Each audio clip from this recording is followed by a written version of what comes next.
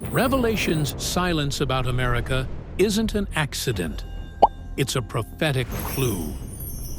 For 2,000 years, prophecy has named nations: Babylon, Persia, Rome, Israel.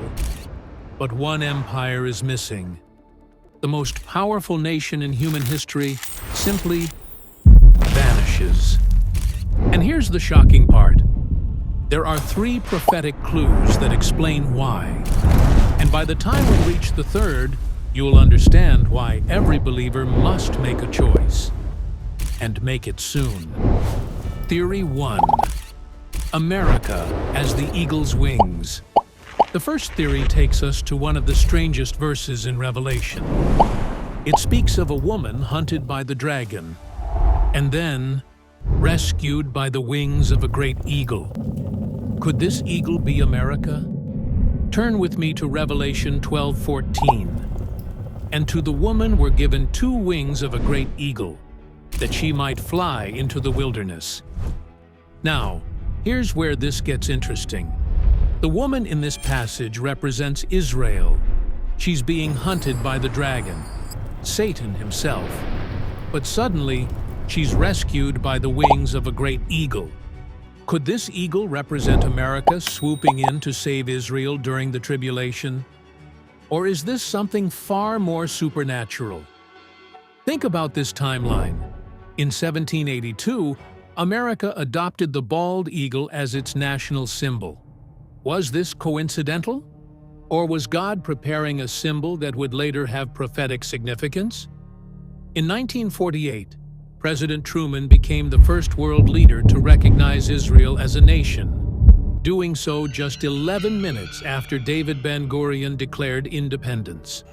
For over 75 years since then, America has been Israel's strongest ally. But here's what most people don't understand about the depth of this relationship. America doesn't just support Israel politically. We've woven ourselves into their very survival.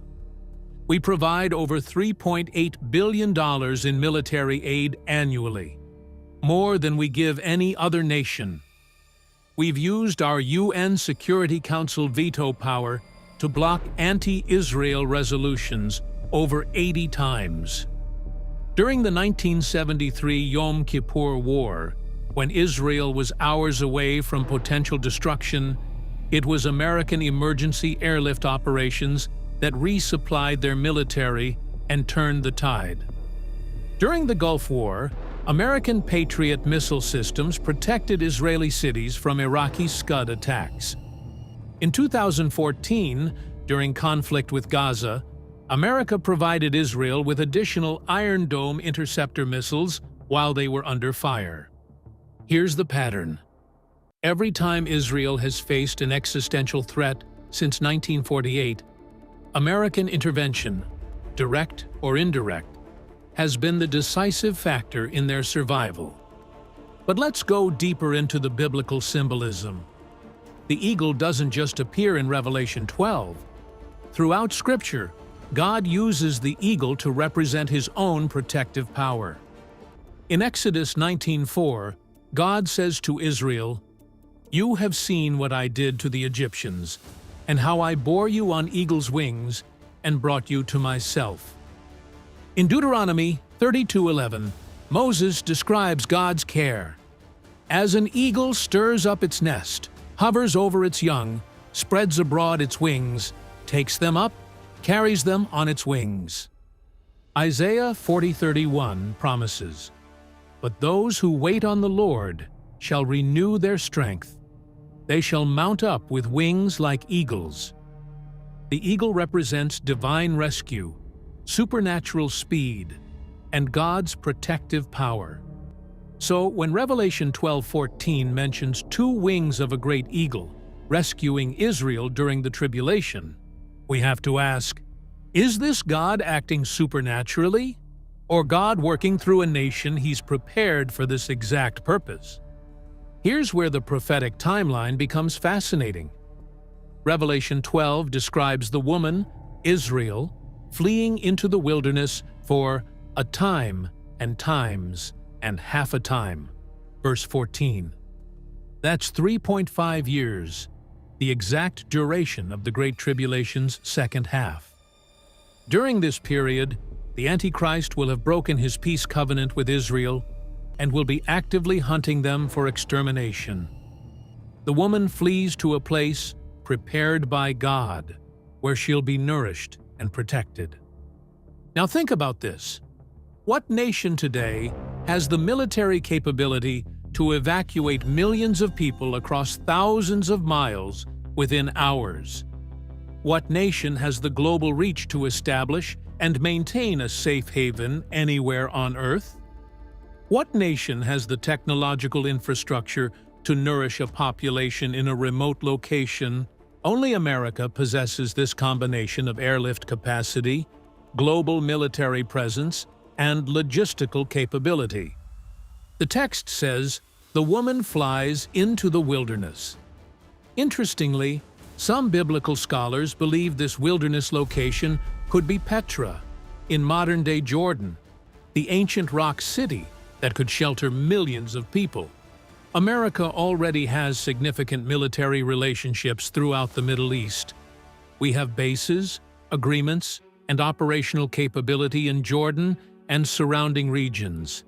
If America needed to establish and protect a massive refugee operation in the wilderness regions east of Israel, we're the only nation with the resources to accomplish it.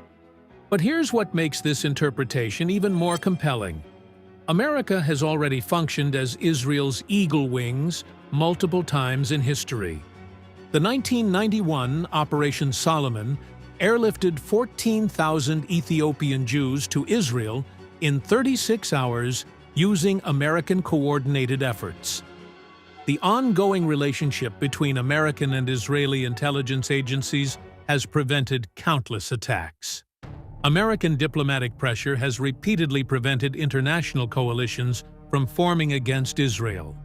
What if these historical interventions were rehearsals for the final, greatest rescue operation described in Revelation 12? Notice the text specifically mentions 2 wings of a great eagle. Why 2 wings instead of just the wings of an eagle?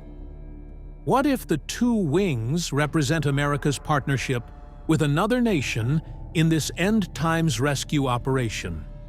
Possibly Britain, whose historical role in Israel's restoration parallels America's ongoing protection? Here's where the interpretation becomes crucial for understanding America's prophetic role.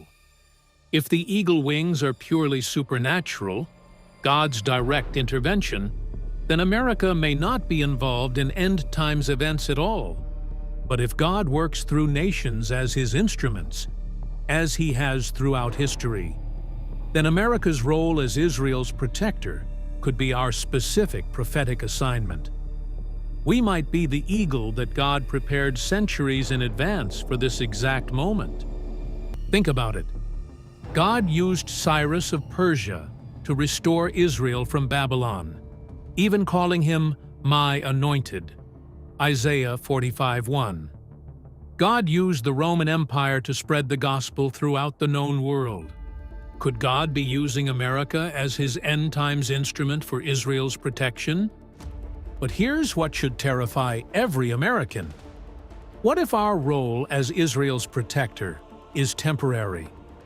What if we're only meant to be the eagle until something else removes us from the picture?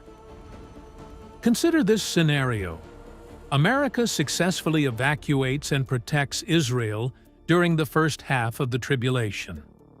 But then, through one of the catastrophic events we discussed, economic collapse, nuclear attack, internal division, America itself falls and can no longer provide protection.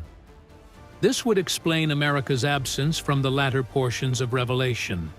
We fulfill our prophetic role as the eagle wings, but then we're removed from the equation, leaving Israel to depend entirely on God's supernatural protection for the remainder of the tribulation. History shows us this pattern of temporary assignment. Britain issued the Balfour Declaration in 1917, committing to establish a Jewish homeland in Palestine. Britain governed the Palestinian Mandate and oversaw early Jewish immigration. But by 1948, Britain was exhausted from World War II and withdrew from Palestine, passing the responsibility to the newly formed United Nations and ultimately to America. What if America's role follows the same pattern? We serve as Israel's protector for a season, fulfill our prophetic assignment as the eagle wings, but then step aside for the final phase of God's plan. If America is indeed the eagle of Revelation 12, this interpretation carries massive implications. First, it means America's current role as Israel's protector isn't just political coincidence. It's prophetic assignment. Every military aid package, every diplomatic intervention, every intelligence-sharing agreement could be preparation for our ultimate mission. Second, it suggests America will still exist and function during at least the early stages of the tribulation. We don't get destroyed or disappear immediately. We play an active role in protecting Israel when the Antichrist breaks his covenant. Third, it implies that America's foreign policy toward Israel isn't just important strategically, it's important prophetically. Because that brings us to the second theory, and this one hits much closer to home. Theory 2. America as Mystery Babylon. What if I told you that when the Apostle John wrote Revelation, he wasn't just seeing random visions?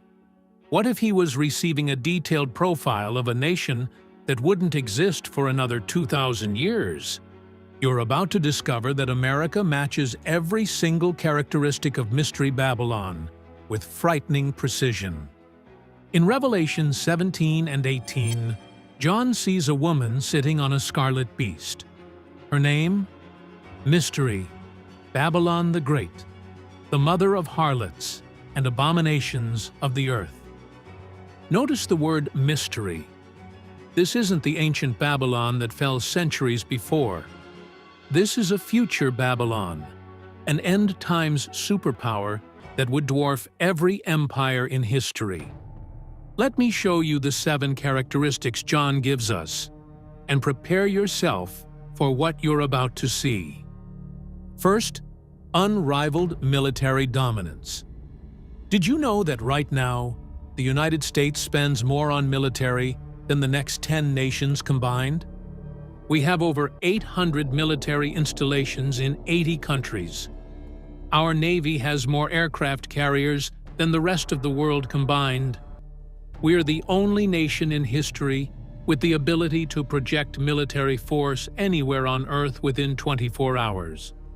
No empire in history, not Rome, not Britain, not anyone, has ever wielded this kind of global military reach.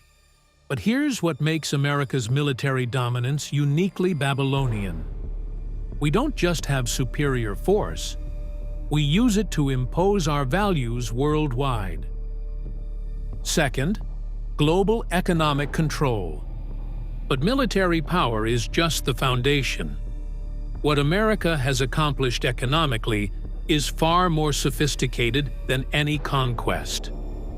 When American consumers stop buying, Chinese factories shut down. When American markets crash, the entire world feels it within hours. When the Federal Reserve changes interest rates, capital flows worldwide reverse direction. And according to Revelation 18, the merchants of the earth will weep and mourn when Babylon falls, because no one buys their merchandise anymore. That's not describing a nation that conquers and taxes its subjects. That's describing a consumer empire whose appetite drives global production. America imports $2.4 trillion worth of goods annually, while running massive trade deficits. The entire global economy depends on American consumers continuing to buy products made elsewhere. We've created a system where the world works to feed American consumption, and we pay with currency we create digitally. Revelation 18:11 says, "And the merchants of the earth shall weep and mourn over her, for no man buyeth their merchandise any more." Then it lists the merchandise: gold and silver and precious stones and of pearls and fine linen and purple and silk and scarlet and all, thyine wood, and all manner vessels of ivory, and all manner vessels of most precious wood, of brass and iron and marble and cinnamon and odors and ointments and frankincense and wine and oil and fine flour and wheat and beasts and sheep and horses and chariots and slaves and souls of men. Look at that list. It's not describing what Babylon sells to the world. It's describing what the world sells to Babylon. Luxury goods, raw materials, food products. This perfectly describes America's role in the global economy. We're the world's largest importer of gold and precious metals, luxury goods and fashion, electronics and technology, automobiles, food products from every continent, oil and energy resources, raw materials for manufacturing. Third, cultural intoxication.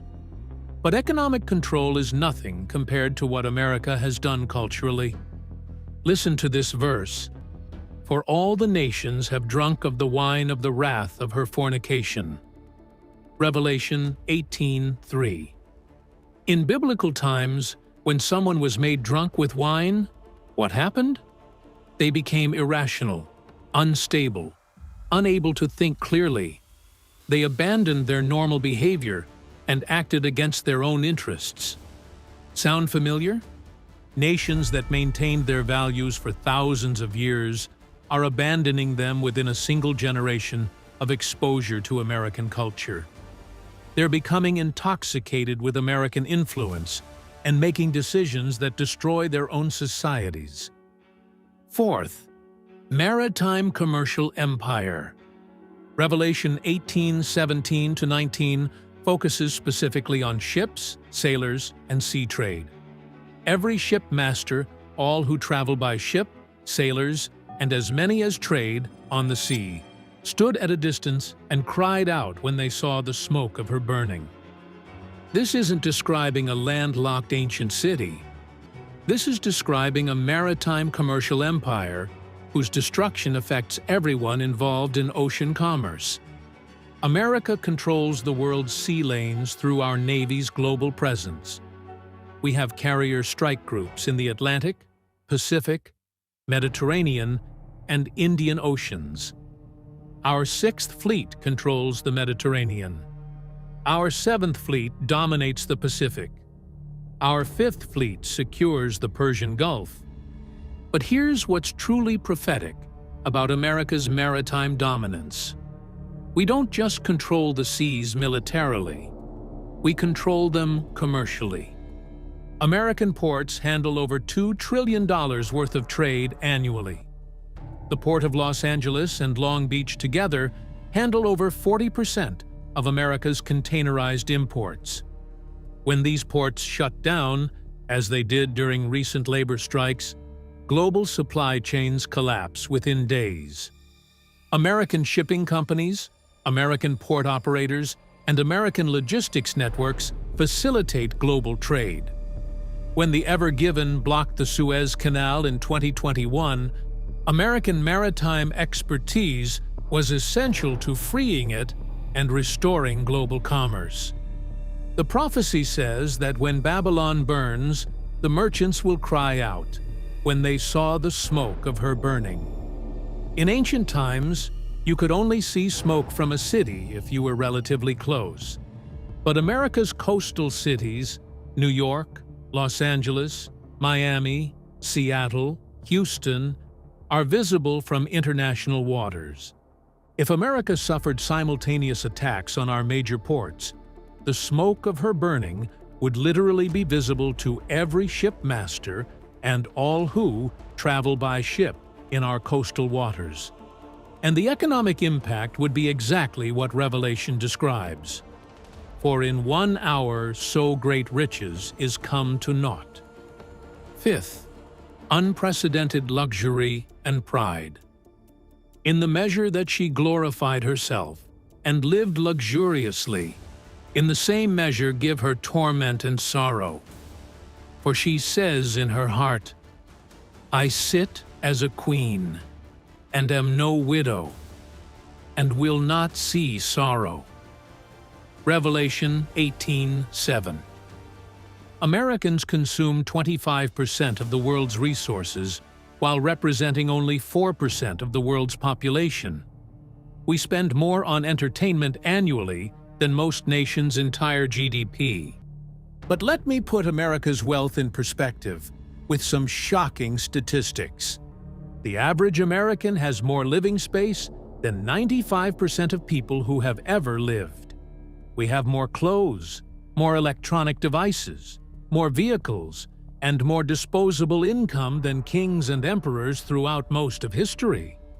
Americans spend $60 billion annually on pets, more than the entire GDP of most African nations. We spend $35 billion on vitamin supplements, $20 billion on ice cream, and $4 billion on Halloween costumes for our pets. American luxury has reached levels that would have been incomprehensible to previous generations. We have walk-in closets larger than entire homes in most countries. We have garage space for multiple vehicles when most of the world has no vehicle at all. We have basements, attics, and storage units filled with possessions we've forgotten we own. But notice what the prophecy reveals about luxury's ultimate effect. When people have everything they want materially, they stop depending on God spiritually. She says in her heart, I sit as a queen and am no widow, and will not see sorrow. This perfectly captures America's attitude toward itself and the world. We see ourselves as permanently prosperous, invulnerable to the catastrophes that befall other nations, protected by our wealth and power from the suffering that characterizes most of human history. American politicians regularly declare that America is the indispensable nation, the last best hope of mankind, and the shining city on a hill. We believe our prosperity is permanent, our power is unshakable, and our system is superior to anything in history. We've convinced ourselves that economic downturns are temporary, that military defeats are impossible, that our lifestyle is sustainable forever. Like the Babylon of Revelation, we sit as a queen and believe we will not see sorrow. Sixth, the new tower. Remember the Tower of Babel? Come, let us build ourselves a city and a tower whose top is in the heavens. Let us make a name for ourselves. Genesis 11:4. America has succeeded where ancient Babel failed. But let me show you how completely we've accomplished what the tower builders attempted. The United Nations, headquartered in New York, brings together every nation on Earth under American leadership. NATO and other American alliances create unified military command structures.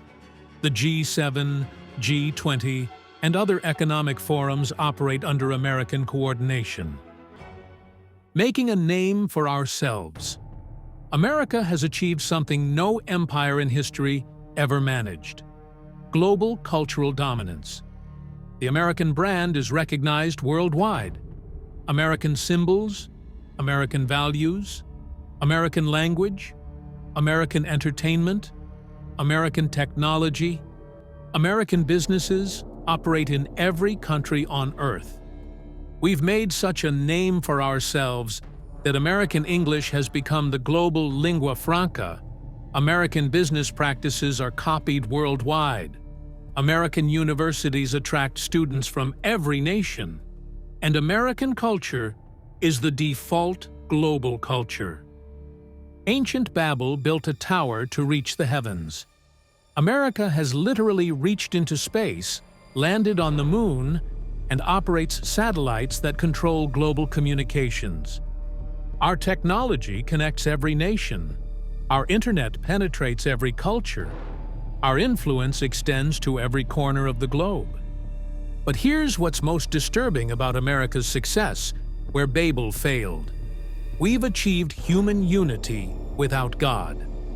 The tower builders wanted to make a name for ourselves, lest we be scattered abroad over the face of the whole earth.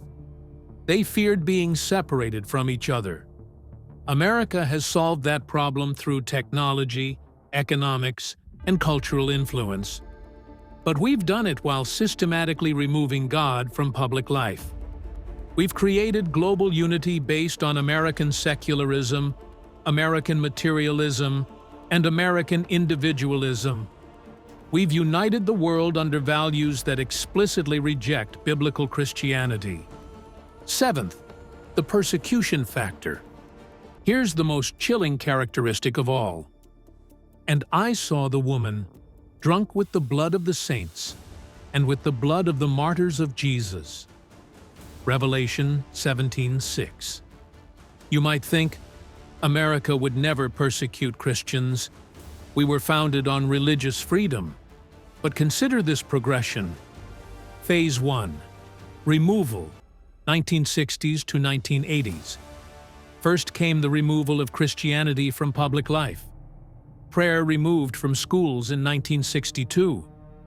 Bible reading banned from public education in 1963. 10 Commandments removed from courthouses. Christmas displays banned from public property. Phase 2. Marginalization, 1990s to 2010s. Then came the marginalization of Christian beliefs. Traditional moral values dismissed as discriminatory. Christian businesses forced to violate religious convictions or face lawsuits. Christian colleges threatened with loss of accreditation for maintaining biblical standards. Phase 3. Criminalization. Now we're entering the criminalization phase. Christian bakers, florists, and photographers prosecuted for religious conscience decisions. Christian students expelled from graduate programs for expressing biblical views. The coming escalation. But according to Revelation 17:6, this persecution will escalate to the point where Babylon is drunk with the blood of the saints. This isn't just legal harassment, it's systematic martyrdom. How could this happen in America? Consider the pattern we're already seeing. Once Christian beliefs are successfully categorized as harmful to society, the legal system will have justification for treating Christians as enemies of public welfare. History shows that when governments decide a religious group threatens social stability, persecution quickly escalates from legal restriction to physical elimination. We're watching the ideological foundation being laid for the persecution described in Revelation. American culture is systematically teaching that biblical Christianity is dangerous to human flourishing. Revelation 17:5 calls Babylon the mother of harlots and abominations of the earth. We've only looked at the woman, but Revelation 17 shows her riding a beast with 7 heads and 10 horns, representing a political union. Economic power needs political protection. The beast that carries Babylon isn't described in detail, but we're told that 10 kings will eventually hate the woman who rides them, and will make her desolate and naked, and shall eat her flesh, and burn her with fire. Revelation 17:16. What if the global political system that currently supports American economic dominance will eventually turn against America? What if the very international institutions we created will eventually be used to destroy American power? The prophecy suggests that Babylon's destruction will come not from external enemies, but from her own allies. The beast she rides will throw her off and devour her. Theory 3. America as the restrainer. But here's the theory that changes everything. What if America's silence in Revelation isn't because we're destroyed or because we become Babylon? What if it's because we're removed as the force that's been holding back the end times? Theory 3. America as the restrainer. But here's the theory that changes everything. Turn with me to 2 Thessalonians 2:6-7. And now ye know what withholdeth that he might be revealed in his time. For the mystery of iniquity doth already work. Only he who now letteth will let, until he be taken out of the way. Someone or something is restraining evil and preventing the Antichrist from being revealed. Traditionally, many say this is the Holy Spirit. But there's another interpretation that will revolutionize your understanding of current events. What if the restrainer is America itself? The geopolitical force that has prevented the rise of global Antichrist systems for over a century. Look at the evidence. Every major threat to God's people and God's plan in the past century has been defeated by American intervention. But let me show you just how precise this pattern really is. Because when you see the full scope, you'll realize this can't be coincidental. World War I, the first Restraining Act, 1917 to 1918. Here's what most people don't understand about World War I's prophetic significance. This wasn't just another European conflict. The Central Powers weren't just fighting for territory. They were fighting for a new world order that would have prevented Israel's restoration. Kaiser Wilhelm II of Germany saw himself as the leader of a revived Holy Roman Empire. The Ottoman Empire, Germany's ally, controlled the Holy Land and was systematically persecuting Christians throughout the Middle East. If the Central Powers had won, there would have been no Balfour Declaration, no Jewish homeland, and no fulfillment of biblical prophecy regarding Israel's restoration. For 3 years, America remained neutral while Europe destroyed itself. President Wilson won re-election in 1916 on the slogan, "He kept us out of war." But then something remarkable happened.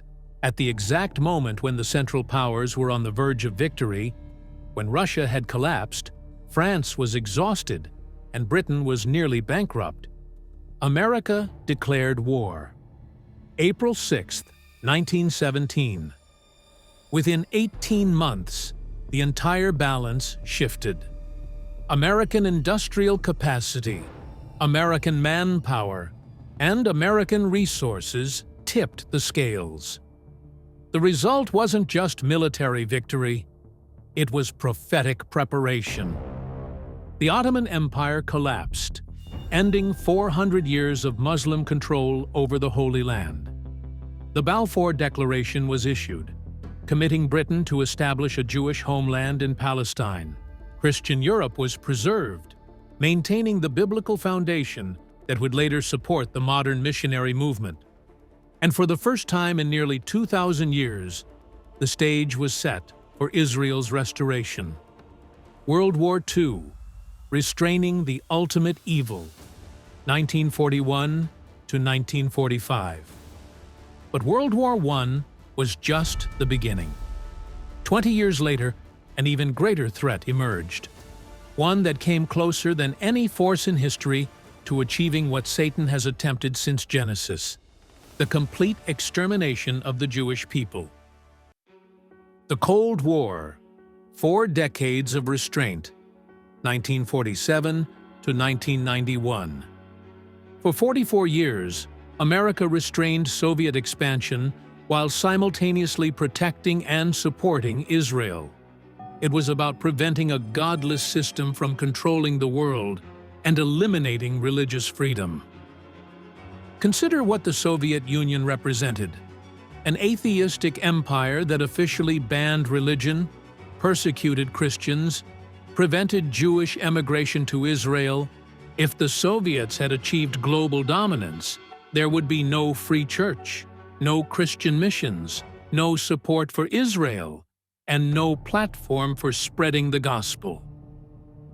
Throughout this entire period, America spread the gospel through Radio Free Europe and other broadcasting ministries, enabled the greatest missionary expansion in church history, protected Israel from Soviet-armed Arab states, maintained religious freedom that allowed Christianity to flourish.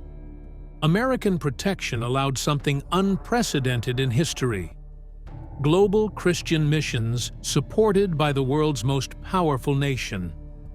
We sent more missionaries than any other country. We funded more Bible translations. We built more churches. We protected religious freedom in more nations than any empire in history. Many seem to be confused because they do not understand the book of Revelation. However, what if there was an animation showing the entire book? Well, we created that. And to watch that, click here.